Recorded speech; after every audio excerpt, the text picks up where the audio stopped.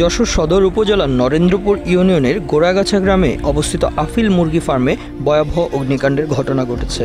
শুক্রবার দুপুর আনুমানিক 2টার দিকে ফার্মটির একটি শেডে অগ্নিকাণ্ডের সূচনা ঘটে।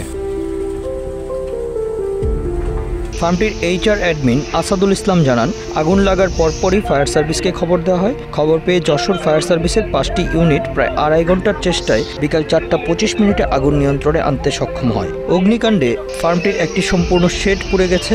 এতে প্রায় 44,000 মুরগি আগুনে পুড়ে যায়।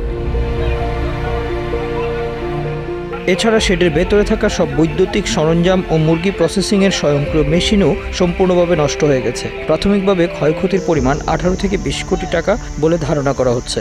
ভয়াবহতা উপলব্ধি করে মনিরামপুরে 2টি ইউনিটকে সেখানে মুভ করানো হয় এবং আমি নিজেও ঘটনাস্থলে দ্রুত রওনা দিই। তো এসে যেটা দেখতে পেয়েছি যে এখানে একটি মুরগি লেয়ার ফার্মের শেড, জানা যায় যে এখানে 40,000-এর মতো ডিম দেওয়া মুরগি ছিল সেখানে।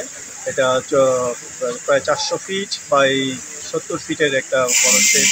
এই শেডটিতে অগ্নিকাণ্ড সংঘটিত হয়। ফায়ার সার্ভিস ও সিভিল ডিফেন্স যশোরের উপপরিচালক মামুনুর রশিদ জানান, প্রাথমিকভাবে ধারণা করছেন বৈদ্যুতিক শর্ট সার্কিট থেকেই অগ্নিকাণ্ডের সূত্রপাত হয়েছে। তবে এই ঘটনায় কোনো হতাহতের খবর পাওয়া যায়নি। এখানে স্থায়ী অগ্নিনির্বাপণ ব্যবস্থায় দুর্বলতা রয়েছে।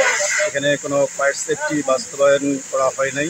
যদি এখানে হাইড্রেন ব্যবস্থা থাকতো বা এখানে যদি পিলার হাইড্রেন থাকতো তাহলে হয়তো, কিংবা কর্মচারীদের যদি প্রশিক্ষণ থাকতো তাহলে দ্রুত তারাই হয়তো আগুনটা নির্বাপন করতে সক্ষম হতো। এবং প্রাথমিকভাবে আগুন লাগার কারণ, যেহেতু এখানে রানিং একটা শেড ছিল এবং এখানে কাজ করছিল, তো প্রতিষ্ঠানের সঙ্গে এবং যারা কাজ করছিল তাদের সঙ্গে কথা বলে যতটুকু জানা যায় যে হয়তো বৈদ্যুতিক গোলযোগ থেকেই আগুনের সূত্রপাত।